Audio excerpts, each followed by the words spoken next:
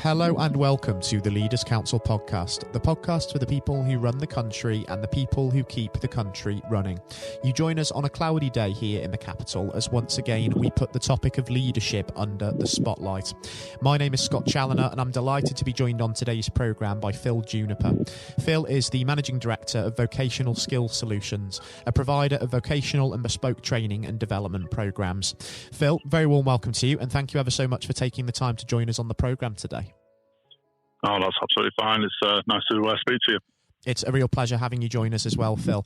Now, the purpose of this discussion is to establish, first and foremost, your take on leadership. So if we dive straight in by taking that word leader aside for a moment and just exploring that, I'm interested to understand what that word means to you. What should a leader be in your eyes? So I think a leader, in my eyes, is somebody who leads from the front, so sets examples, and allows their staff to have autonomy to make their own decisions, learn by the mistakes, guide them, nurture them, and allows them to spread their wings and express themselves as leaders themselves, really. Because throughout the business, every line of management should be leading their teams. So from a leader from the top. You need to set those examples and allow people to lead their own teams under your guidance and sort of leadership, really. Exactly, and considering that Vocational Skills Solutions is a specialist in apprenticeships and pre-employment training, I suppose nurturing people and encouraging them to take on their own form of leadership is really a speciality of yours. But in the context of you being at the helm and running the business, how would you describe your own sort of personal people management style in that sense? So people management, I have an open door policy. I allow people to come up with their ideas and suggestions. We're reactive to change, so I'm not somebody who leads by saying it's this way or the highway. I'm very much open to suggestions and allow my leadership and management team to own, if you like, their departments and allow them to sort of to nurture their teams, really. But as a manager, as a leader, I show people the way. I will suggest the best ways, the best methods. I'll let them lean on me from my experience, and I think allowing somebody to have that autonomy and take ownership, you get their immediate buy-in, and once you've got somebody's buy-in, then you'll always get the best out of your teams. If you lead by this is how we do it, and there's no other way, this is the way we do it, then you automatically switch teams off, and a lot of the time they won't react to that. Whereas you get them to make their own decisions and get their buy-in for that, then it becomes a more fluid leadership team, more responsive. And thinking about the need to be responsive, that's certainly been the case in the context of the here and now, hasn't it, with COVID-19, the need for business leaders to adapt and be flexible to meet those particular challenges. So for yourselves, especially a company that's been enjoying especially 300% growth between 2018 and 2019, how has it been adapting to the challenges that the pandemic has brought about? Has it sort of put the brakes on in a certain sense? No, I mean, we predominantly work with unemployed people, getting them back into work. That's our main business. So we've seen an increase in business through the pandemic. We've obviously had our challenges in terms that we've had to switch our delivery from face-to-face classroom delivery to online delivery, and there's been quite a big investment in that, and staff training and development, and the recruitment of learners and stuff like that, and changing courses to online delivery, remote delivery. So they're really the challenges that we've had as a result of COVID. But the business really has seen growth through the period. So we've been able to service our not only our vulnerable learners that we currently work with, but also those learners that have recently been made redundant or furloughed as a result of COVID. So, we've sort of been there as a rescue arm, really, to reskill people and give them the skills that they need to find alternative employment or change trades entirely. So certainly been busy, and I think there's going to be a further upsurge in demand for such services as we sort of get to grips with the upcoming recession as well. And one thing you mentioned there as well, Phil, was of course the fact that a lot of provision has been moved to the online side of things during the lockdown period. Yeah. Is that one of the sort of features of this time that you think could become a more sort of permanent way that the business operates? Do you think that there'll be more of a shift towards the online side of things, or will things sort of revert eventually back to that sort of classroom-based setting? Yeah, I think it's opened up our eyes really in terms of delivering online. We really deliver to vulnerable people, so those that are furthest away from employment or hardest to reach. So a remote model or online model doesn't really work for those type of people, just because they haven't got access to computers or they haven't got access to internet. So it's quite a struggle really to deliver to those that are furthest away from employment or hardest to reach in those methods. So we've had to be quite innovative in how we collect information and how we deliver our training, whether it be by emails, telephone, or loaning out computers, loaning out tablets, and it's not really sustainable to deliver like that going forward. You're always going to have better delivery when it's face to face. So I think going forward, we obviously will have a mix. We will continue to deliver online learning where we can, where learners have access to IT, and we will obviously deliver classroom based as well. I suppose our focus at the moment is ensuring that those learners that are furthest away from employment, those that are most vulnerable, are not pushed further away from the opportunities of skills. So there's a big surge obviously for people who have just been made redundant or are at risk of being made redundant and will fall foul of COVID in terms of the damage to the economy. And by bringing that surge of people in who are recently unemployed, you're going to push those that are furthest away or were already furthest away even further away.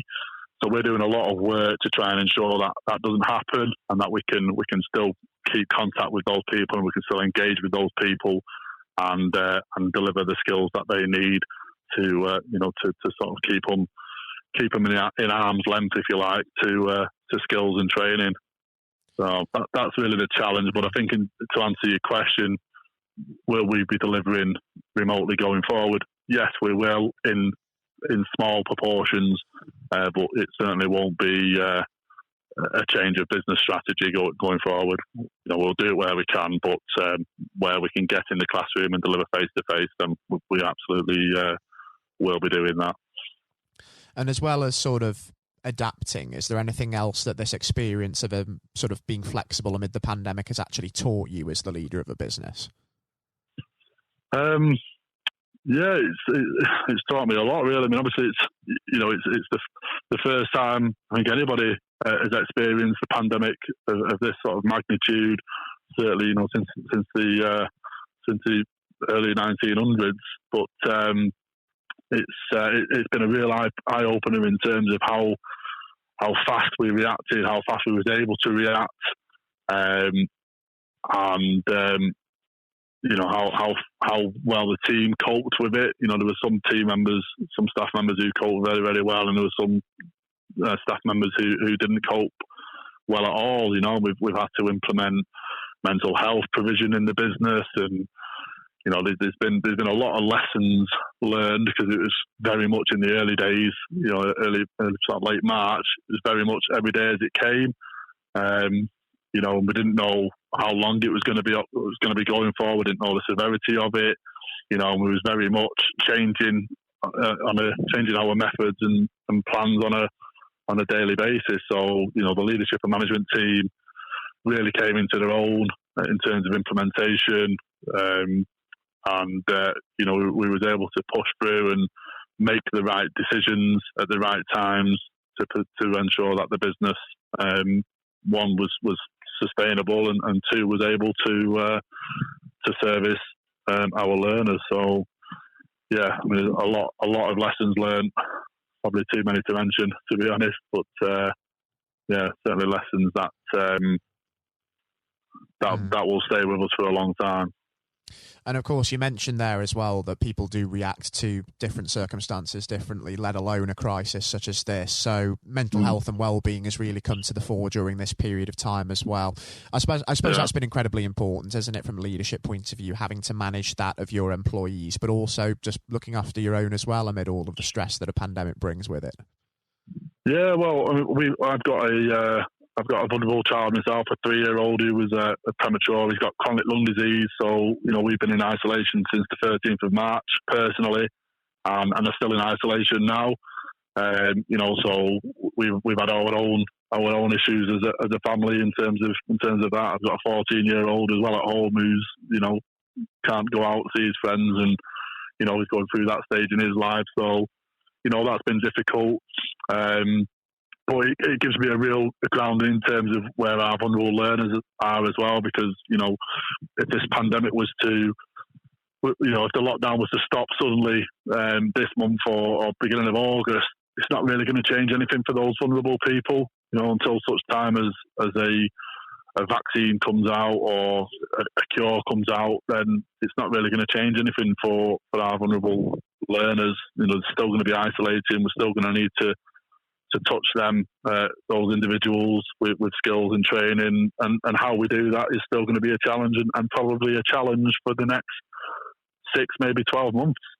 And thinking about that new normal and the challenges that is going to bring with it over the next 12 to 18 months, what is next on the horizon, Phil, for yourself and for Vocational Skills Solutions, and what do you hope to achieve during that period?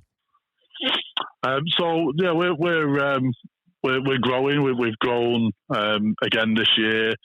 We're hoping to grow over the next 12 months. We've got ambitions to build our contracts in different regions, in alternative regions, grow the contracts that we've been successful in recently, and continue to deliver our services to vulnerable adults. And give them the skills that they need. I think, our biggest challenge is the economy. What's going to happen with the economy? What's going to happen with skills? What's going to happen with employment? And they're all unknowns at the moment. We've got ideas about the challenges that we're going to face, but at the moment they're unknown. And I think for us as a business, we just need to prepare ourselves to be able to meet those challenges. As they are identified regionally and nationally. So I think for us it's very much business as usual, and we deliver. We continue to adapt and overcome the challenges that we are no doubt going to face, not only as a business but also as a national training provider, delivering skills to unemployed. Certainly going to be an interesting time, as you say, because we don't know exactly the way the economy is going to go. There's always the variable of a second spike in cases as well. So I think, that it's one thing, Phil, speculating as to what the future might bring, and it's another completely looking back and assessing what's happened when the time comes around. I think it would be fantastic to actually have you back on the programme with us in a few months' time, just to reassess where we're at that point, and just see how things at VSS are getting on behind the scenes as well. Yeah, no, that'd be great, yeah. I think it'd be fantastic from a listener's point of view also. It's been a real pleasure, Phil, having you join us on the programme today, I must say. And until we do touch base again in future, do continue to take care and stay safe with all still going on, because we're certainly not quite out of the woods with this one yet, for sure. No, absolutely not. Yeah, we've got a long road ahead, I believe. So, it's everybody just needs to do their part and help the country back to survival, really, back to its status quo. So I think it's going to be quite a long journey for everybody, and there's going to be a lot of work to be done at not national and regional levels. For sure. And for those listening into this, even though restrictions are slowly beginning to lift, do continue to be sensible, because it really does make a real difference in saving lives.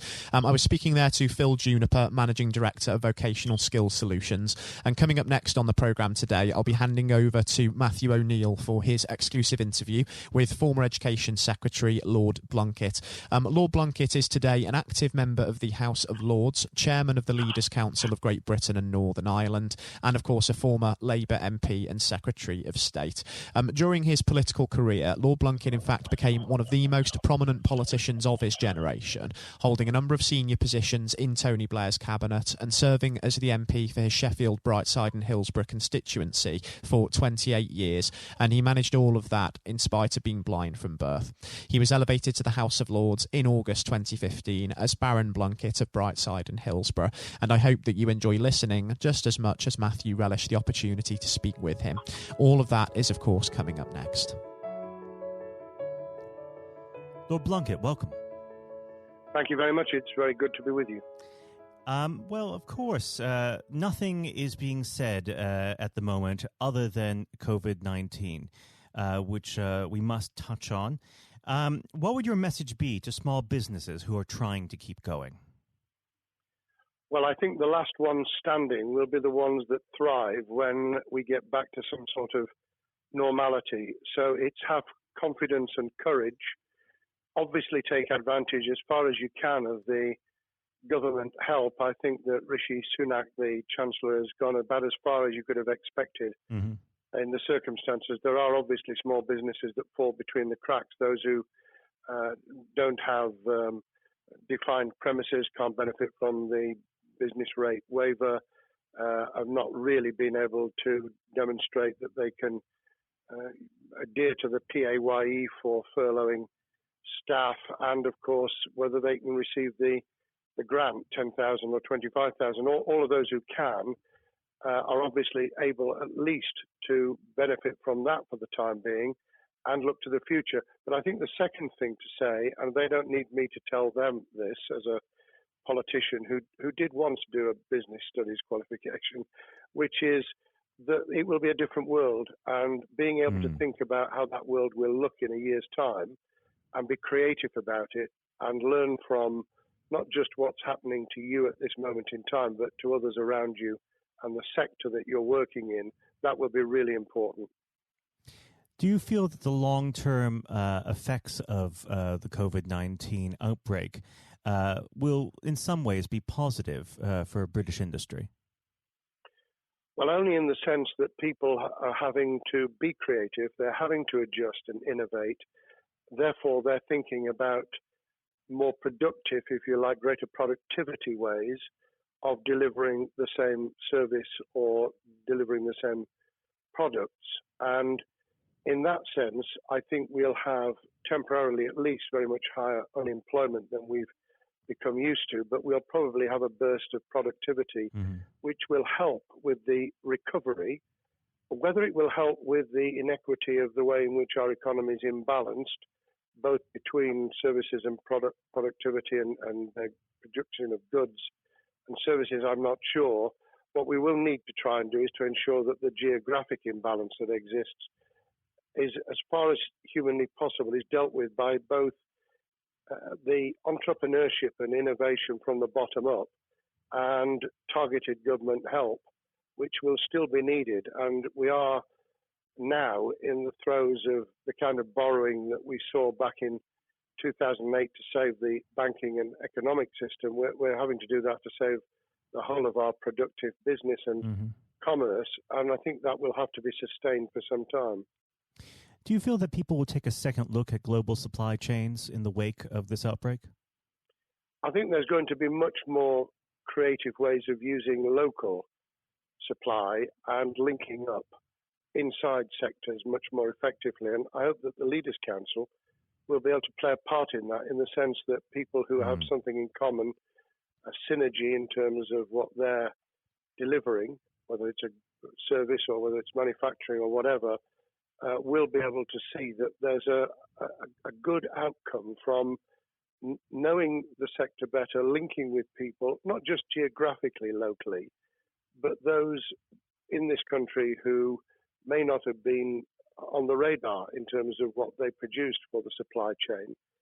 And of course, ensuring, because there's quite a lot of fraud going on as we speak with people getting into cyber attacks, that they'll also take account of going into the cybersecurity side effectively as well. The more we are online, the more people who are working from home, the more vulnerable those businesses and their supply chain become. And that's something to think about as well. How important is strong leadership at the moment? Well, I actually think that it's brought to the fore leadership in a whole range of areas, from obviously government itself, and there's been ups and downs with the Prime Minister's severe illness, but all the way through the public and private sector. People have, to use the jargon, stepped up, and they've shown local, regional, and national level the kind of leadership that Britain historically was very good at.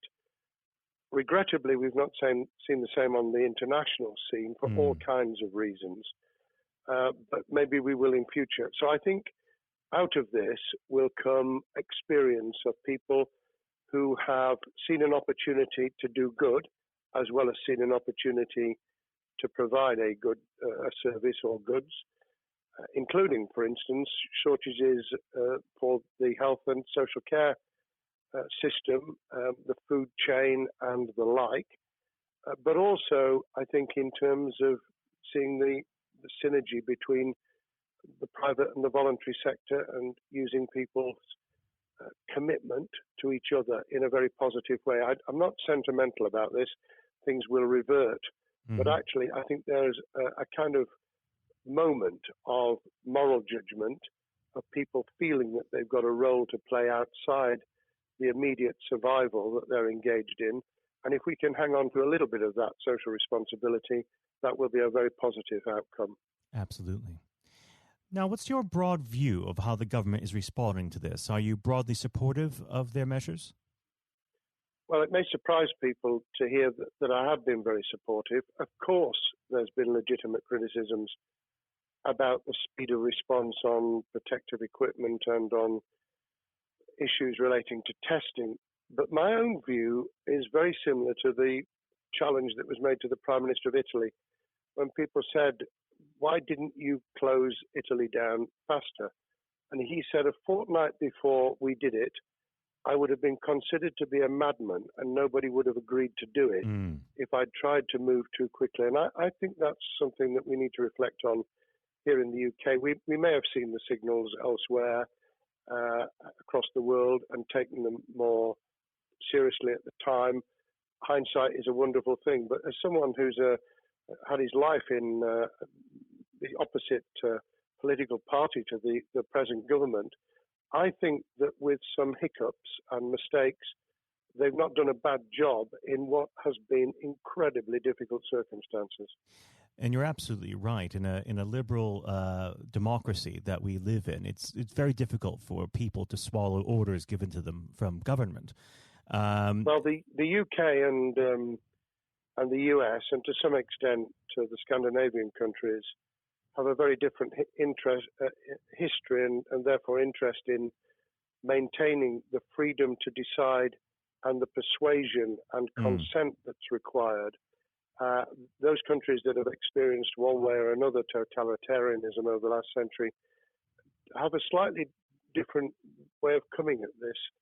I don't want to exaggerate it, but I think that that's why getting the balance right of getting people to go along with what you want them to do in their interests as well as the nation as a whole is a sensible, proportional balance. And I think we now need to adjust to the coming out of the crisis gradually, readjusting to recovery in the same way. Now, something you've mentioned recently on this balance is the police overreach in the enforcement of the COVID-19 structures that have been put in place. What have they done right, and where have they gone too far? Well, I think that they were interpreting what was not necessarily as clear advice as it might have been for all kinds of reasons, because people were feeling their way. I think what's come out of it has been a demonstration by local police services in some parts of the country that they could get people to do what was needed without the heavy hand of drones overhead or people being told that they shouldn't be walking in the street, because this was all about self-isolation, not incarceration. It was about getting people not to pass the infection on to each other and therefore to provide distance rather than to make our lives a misery. Those police services that adopted that policing by consent and chivying people along did really well. Those who went over the top, I think, soon got a very substantial pushback. And one of the strengths of our democracy is that you could have that debate. People could say, I'm terribly sorry, we think the police force in our area has gone over the top. And that in itself is a constraint and a readjustment. That's another strength of living in a country where you can have opinions and express them without actually being thought to be a fool. Now, of course, the government has faced criticism that they were slow to react, and Boris Johnson wasn't present at the early COVID-19 COBRA meetings. Now, Number 10 has claimed that this is normal practice. The health secretary often chairs COBRA meetings related to health. Does this tally with your experience as a Secretary of State, or would you have expected the PM to be more hands-on during the initial stages? I think different prime ministers do have a very different style. And Boris's style, which I think will now be considerably adjusted, was very swashbuckling. In some senses, delegating is a good thing, as every leader of every business or public service knows. Those who try to pull too much into themselves end up with a massive bottleneck, great failure of trust, and the inability of people to show what they're worth and to demonstrate their capability. So I'd be very wary of jumping in and saying he was wrong to delegate the essential COBRA meetings. What I was surprised about was that he didn't chair the first couple, because my experience with Tony Blair for the 8 years I was in cabinet was that Tony was a great delegator, but he would get a grip to begin with, watch what the difficulties were, and then give people direction and confidence to be able to get on with it. So looking back, I think Boris himself probably thinks, God, I wish I'd spotted the signals from elsewhere in the world more rapidly, and I'd just been there. However, this also raises another issue. All of us in positions of leadership need good teams around us. I think after this is over, he will be assessing those who really did step up and those who demonstrated their inadequacy. I think we'll probably end up in a year's time with a much stronger cabinet than we have today. Well, absolutely. And of course, we've seen a significant drop in the visibility of certain special advisors like Dominic Cummings during this entire period. So it'd be interesting to see how that pans out. It's certainly readjusted the role of those behind the scenes with those who should be taking the decisions, having received advice. Obviously, there's been a complete transformation in the profile of experts, if I might use that term, who'd previously been denigrated. Scientists, medics, people with behavioral science understanding. My only criticism was, were we getting wide enough advice? Were we narrowing it too much to a couple of key centres in London? But that's because I've always been adverse to everything being London-centric. I think there's great expertise, wisdom, experience out in the sticks, and we should use it. Rightly so. Now, was pandemic planning part of your time as a minister, particularly perhaps when you were Home Secretary? Well, it was, but it was on the back of risk arising out of counter-terrorism measures. Right. I was the Home Secretary for 3 months when the attack took place in September 2001 on the World Trade Center and beyond. We did an enormous amount of scenario planning, both desktop and real. On the back of that, it was very heavily orientated to future developing terrorism risk. I certainly got involved with talking about pandemics. I remember being at a seminar in Edinburgh where the university there had done a lot of work itself on the issue of pandemics. And of course, we saw SARS and other things emerging. I think people have criticised the government for not picking up the report from 2015, 5 years ago. I think that what happens is human nature kicks in. You deal with what you're immediately faced with. You can sponsor reports. And this is true of business planning, of course, as well, and scenario planning for what business continuity will look like, recovery plans for business, what will happen if there's a cyber attack, what happens if there's an energy shutdown.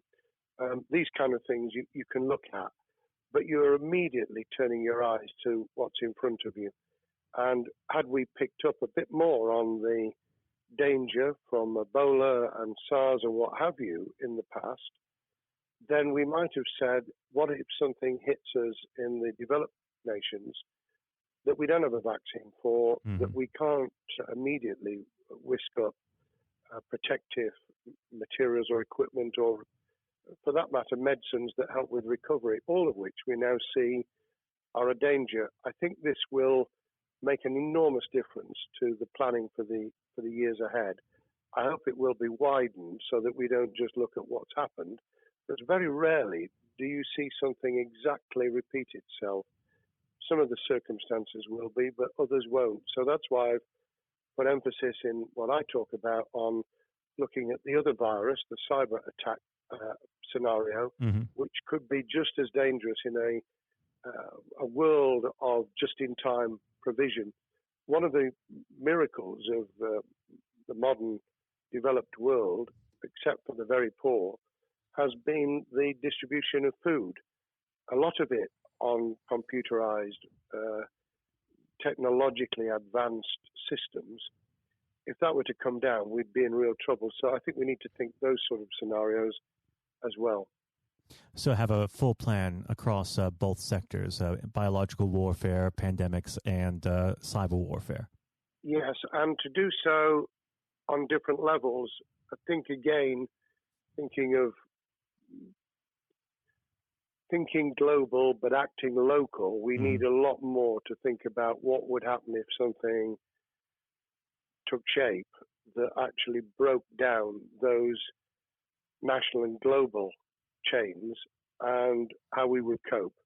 And without, obviously, we've got enough fear and anxiety to last a lifetime. Without creating even more anxiety, we can think about those things for the future in a more rational way, I think.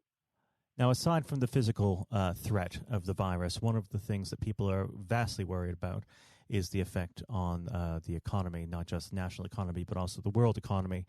Now, it has been said by certain parties, and I'd like to garner your thoughts on this. Is there a danger of the effects of the lockdown being even worse than those of the virus?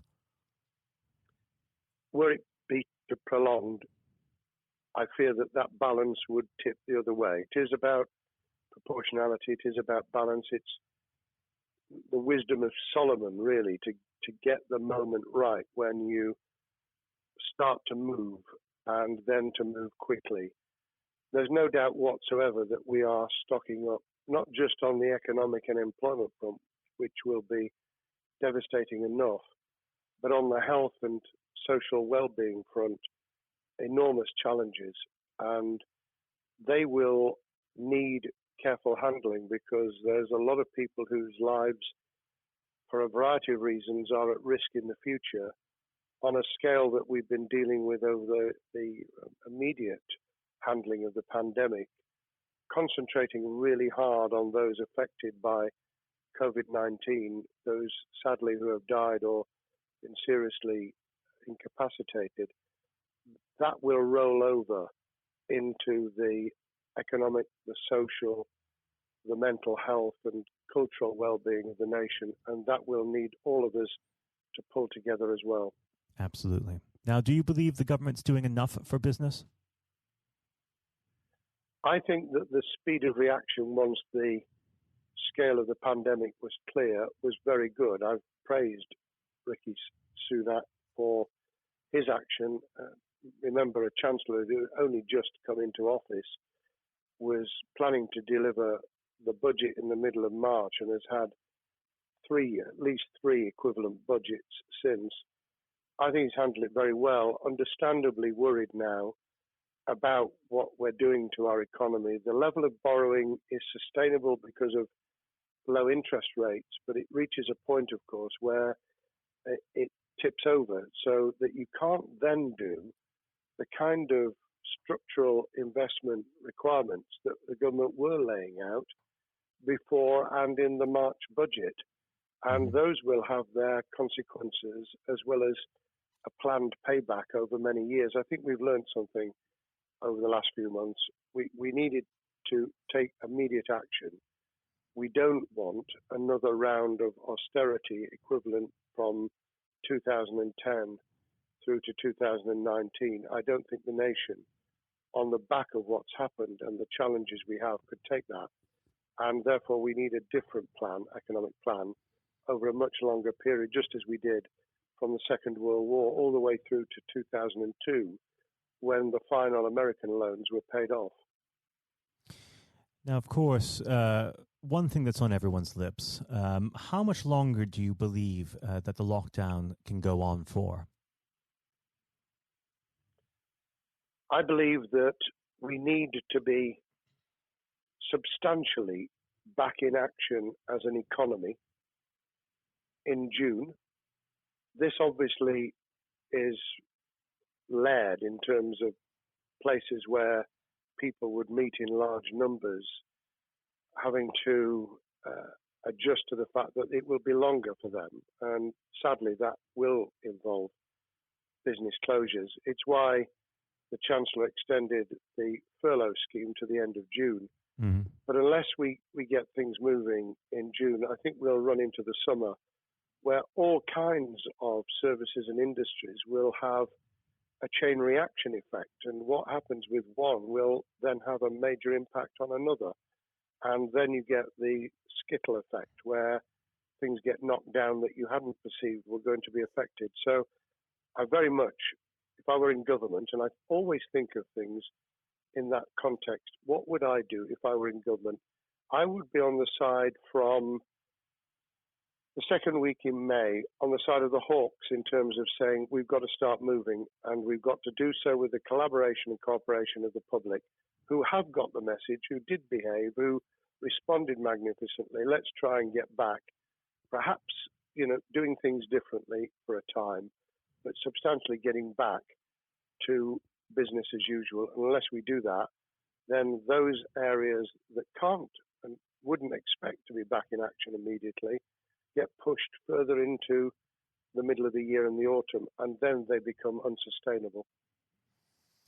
Now, of course, one of the other major developments we've had recently are the changes in the Labour Party. So if we could just speak on the Labour Party for a while. This might sound like an obvious question, but how does Secure differ from Mr. Corbyn? Well, I'm biased because I believe the Labour Party has come out of 4.5 years of a black hole of a nightmare, where it neither represented a credible opposition nor an electable government, and the combination was to let those who supported the Labour Party and needed some of its policies let them down very badly. Sir Keir Starmer both is a highly intelligent, professional lawyer who, as Director of Public Prosecutions, led the service well, had to take difficult decisions at a time of austerity, understands the world beyond Labour members, but has been able to do business with those who originally supported Jeremy Corbyn and was able to command support from them. His creation of a balanced shadow ministerial team has been very encouraging. I supported Lisa Nandy, who he's made shadow foreign secretary, because I thought she understood the north of England and the disaffected former Labour voters. But I believe that Sir Keir has taken on board those who have something really sensible to offer, and I believe he will be both a great leader of the opposition. More importantly, he will then present himself as a credible alternative Prime Minister, and all governments need an alternative government at their shoulder. It was true of us from 97, and it took the Conservatives some time to recover and to get to that position, but they did, and the Labour Party will, and that's crucial for our democracy. All of us need to understand and appreciate that a living, breathing, functioning democracy requires a credible, confident, and in many ways supportable opposition, as well as a government that we clearly want to do well, because none of us want, as we didn't with the COVID crisis, none of us want the government to fail. We want to see our economy recover. We want our social well-being to be taken into account. We want to overcome deep-seated inequality and poverty, and we want to do it with enterprise and entrepreneurship and business playing their role, and that is about leadership nationally, locally, in the private and the public sector, people with ideas, with confidence, with the ability to pull teams around them, above all, to have some idea of what it is they want to achieve and a very good idea as to how to achieve it. Now, of course, one of the biggest problems Sir Keir is facing will be tackling the party's anti-Semitism problem. There has been a recent internal report that has been quite damning. What's your response to that report, and what does Sir Keir need to do in response? Well, there are two reports. One which is being produced by the Equality and Human Rights Commission, which he will, and has already indicated, will implement in full.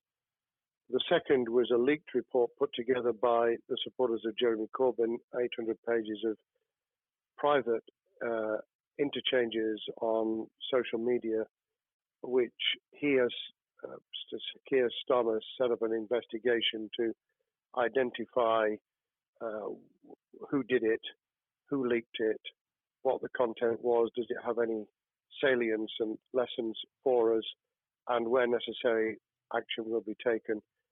So I hope that as he moved very quickly to reassure the Jewish community, so he will be able to take the necessary steps to back up that reassurance with the kind of actions that says that this was a blight on a historic, great political party that all of us were ashamed of.